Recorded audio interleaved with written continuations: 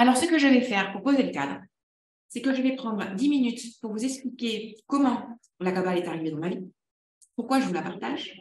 Et ensuite, nous allons dérouler l'atelier. Nous en avons pour au moins 2 heures, 2 heures et demie. Donc, il va y avoir une partie théorie, d'abord une partie du pourquoi. C'est-à-dire pourquoi c'est arrivé dans ma vie, comment, et pourquoi c'est important pour moi de vous le partager. Après, il va y avoir toute la théorie. Et après, on va avoir une partie pratique. Parce que ce que je vous ai partagé dans les mails, c'est qu'en fait, nous sommes une totalité. Je ne m'adresse pas simplement à votre esprit. Mais je m'adresse à votre cœur, à votre âme, à votre corps, à tout, à tous vos champs énergétiques, à tout. Et par expérience, et ça se voit dans le monde de la formation, mais beaucoup, on peut avoir tendance à ingurgiter des informations. Et ça va rester bloqué là. Et l'idée, c'est qu'il est important que ça descende. Parce que nous sommes incarnés. Nous sommes dans le monde de Malheur. Nous sommes incarnés. Donc, il est important que ça soit vivant à l'intérieur de chacun d'entre nous. Et donc, c'est pour ça que la deuxième partie sera là pour justement faire vivre non seulement dans votre esprit, mais aussi votre cœur et votre corps la quintessence de ce que nous allons voir ensemble ce soir. Vous êtes partis? On est prêts? Super. Alors, pourquoi? Donc, 10 minutes pour vous expliquer pourquoi. Il y a un an de cela que la Kabbale est rentrée dans ma vie en fanfare. C'est-à-dire qu'en fait, j'avais sur mon fil d'actualité Facebook une publicité pour des enseignements de la Kabbale, du Kabbalah Center d'Israël, donc en anglais. Et j'avais cliqué, je me dis, ouais, c'est pas mal, ça m'intéressait, mais je ne m'étais pas inscrite. Et chose intéressante, j'ai quand même reçu des mails de leur part, je me suis dit, c'est bizarre, ça, parce que je ne suis pas inscrite à la formation.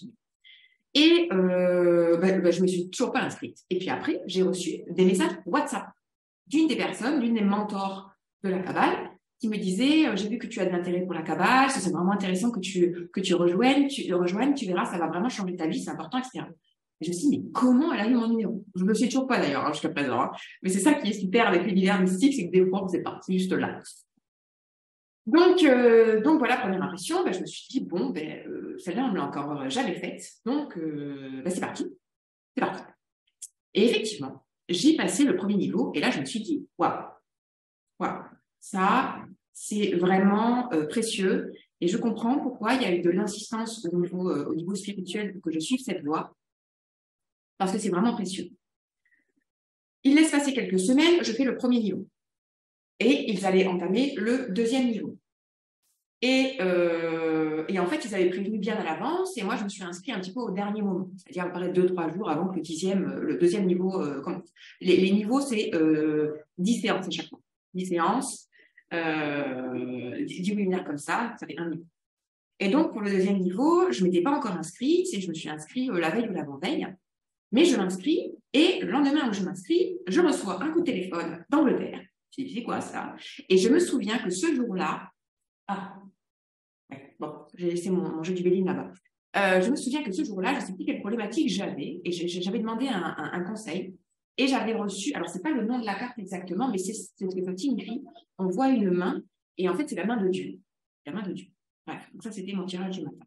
Je reçois cet appel, et là, donc une personne qui me parle en anglais et qui m'explique pendant une demi-heure à quel point la Kabbale a changé sa vie, à quel point c'est merveilleux, etc., et ne me laisse pas en placer une. Et j'ai dit, c'est génial. En même temps, je le sais, je suivais le niveau 1 quand même, mais c'est génial. Et là, il finit son speech d'une demi-heure en me disant, voilà, parce que maintenant, il y a le niveau 2 qui va commencer et je ne vois pas inscrit. Je me dis, si, je me suis inscrite hier soir. Il me dit, ah bon, mais je ne me vois pas. Il me dit, c'est parce que c'était hier soir, donc mon logiciel ne s'est pas encore actualisé. Donc, non seulement je m'étais déjà inscrite, mais le patron, là-haut, il avait dit, Audrey, c'est vraiment important pour toi, en fait. Donc, même si j'étais inscrite, il me fallait un speech supplémentaire d'une demi-heure pour me rappeler à quel point ça allait être important dans ma vie, à quel point c'était transformateur. Donc, bien que j'étais inscrite, j'ai quand même eu le speech de cette personne-là qui n'avait pas vu que j'étais inscrite. Donc, c'est parti pour le niveau 2. Et après, il y a eu le niveau 3. Donc ça, c'est l'enseignement, on va dire, traditionnel, ésotérique de la Kabbale. En janvier, on commence un partenariat avec un magicien. Peut-être que vous avez vu passer des mails. Et on a commencé par quelque chose qui s'appelle guérison kabbalistique. Je précise que la Kabbale, tel que je l'ai appris, il ne pratique pas la magie. C'est juste l'enseignement traditionnel ésotérique. La magie, c'est encore quelque chose de différent. Mais toujours est-il que je commence donc un partenariat avec ce mage et on allait le faire sur guérison kabbalistique. Le matin même, avant de faire cette première interview qui allait aussi déboucher sur un atelier, en fait, ce qui se passait, c'est que depuis une semaine, j'avais un problème de gencive. J'avais une infection de gencive. Je ne vous fais pas la photo. La gencive, c'était quoi? Les racines. Les racines. Et ça fait une semaine, comme je ne suis pas une fan d'antibiotiques, je me suis dit, bon, allez, tu vas y arriver, différentes méthodes, tu vas essayer d'échapper à la case antibiotique. Mais non, je n'y suis pas arrivée, donc je me suis dit, tu vas pas être plus buté qu'un âne, tu vas à la pharmacie.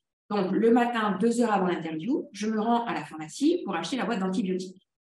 Et là, elle me pose la boîte la pharmacienne me pose la boîte sur le comptoir, et je regarde le prix, 8,88 €. Donc, 8. Ah ben, j'ai dit, ben ça, c'est intéressant comme prix. Là, elle regarde la boîte, elle me regarde scotché, elle me dit, oh, c'est incroyable ça. Je dis, ben quoi? Je dis, qu'est-ce qui vous arrive? Elle me dit, ben, au moment où vous êtes entré, en fait, avant que vous me demandiez quelque chose, je suis allée sur mon ordinateur parce que je souhaitais faire une manipulation, et là, il y a une page qui est sortie de nulle part, et où il y avait écrit 888, nombre des anges. Et là, votre boîte, là, en 2 secondes.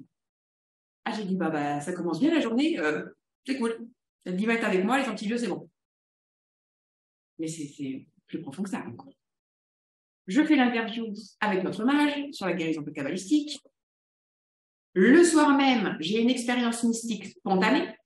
Et dans cette expérience mystique, en fait, je passe de la conscience égoïque, Audrey, individuelle, personnage, truc, à la conscience de l'infini. Je vous rappelle, recevoir de la lumière infinie. Donc là, je passe. Et en fait, quand j'ai ce genre d'expérience-là, c'est-à-dire que je deviens le tout et le rien en même temps. C'est très difficile à transmettre si on ne le vit pas. Mais pour vous le figurer, j'ai pas d'autre mot. Donc, devenir le tout et le rien en même temps. Et ça fait comme un élastique, en fait. C'est-à-dire que je devenais ça. Et après, je redevenais Audrey. Et je redevenais ça. Et après, je redevenais Audrey. Et ça faisait donc comme un 8, finalement. Comme ce matin. Le 8, c'est quoi? C'est le symbole de l'infini. Recevoir de la lumière infinie. Et c'est aussi le symbole de la libre circulation des énergies. Et c'est ce que représente l'arbre de la Kabbale. Donc, je me suis dit, fantastique, génial. On arrive au samedi, et là, il y avait l'atelier sur la magie kabbalistique. Donc, je me suis dit, c'est quand même fort de café tout ce qui se passe. Je suis aussi cet atelier. Donc, je suis l'atelier, et là, il nous enseigne les rituels de guérison, un rituel en particulier basé sur la magie kabbalistique de guérison, et il nous demande de d'abord le pratiquer sur soi-même plusieurs fois avant de le pratiquer sur d'autres. Donc, c'est ce que je fais. Je fais ce rituel d'abord 3 fois sur moi. Une semaine après, parce que je vis à Malte, en fait, et je fais des allers-retours avec la France, parce que j'ai mon fils qui est en France. Et une semaine après, je viens en France, et là, je vais chez ma nouvelle dentiste, qui est, coup du hasard, de confession juive. Et c'était une nouvelle dentiste que j'avais. Et moi, en fait, ce que j'avais, c'est depuis que j'ai une vingtaine d'années, j'ai une parodontite très grave. Donc, il m'a fallu beaucoup de soins à ce niveau-là, au niveau des racines. Et donc, j'ai obligée d'être suivie tous les 2 mois pour faire des chèques, pour machin. Et donc, celle-ci, elle était nouvelle. Et moi, ça fait des années que je vois plein de dentistes. Et à chaque fois, ça m'avait déformé les dents, en fait. Ça m'a fait allonger celle-là. Enfin, ça avait vraiment, mon sourire, il était en vrac. Et elle était nouvelle. C'était la 2e fois que je la voyais. Et là, elle me dit, donc j'arrive dans son cabinet une semaine après les rituels. J'arrive dans son cabinet et là, elle me fait ton sourire, tu veux pas qu'on y fasse un truc là dans l'heure? Je dis, vous voulez faire quoi en fait? Je veux dire, moi, ce qu'on m'a proposé, c'est de porter des appareils dentaires pendant des années, c'est des trucs, c'est des greffes, des chirurgies, des trucs et des machins. Elle dit, non, moi, dans l'heure, je te me bats. Et elle a fait ces trucs et ces machins. Je suis ressortie là avec un truc aligné. Elle avait guéri quelque chose et même transformé au niveau de la matière quelque chose qui était donc un problème de racine, de gencive que j'avais depuis des années. Et il y a eu tout cet enchaînement-là. Je vous passe tous les autres exemples la Kabbale sort par la porte, elle rentre par la fenêtre. Enfin, c'est vraiment un truc assez incroyable. Et c'est pour ça que c'est important. Donc, on va commencer, maintenant que j'ai posé le décor, que l'on voit que tout ça, c'est... La vie n'est que de la magie, finalement, c'est que ça, hein, c'est que ça.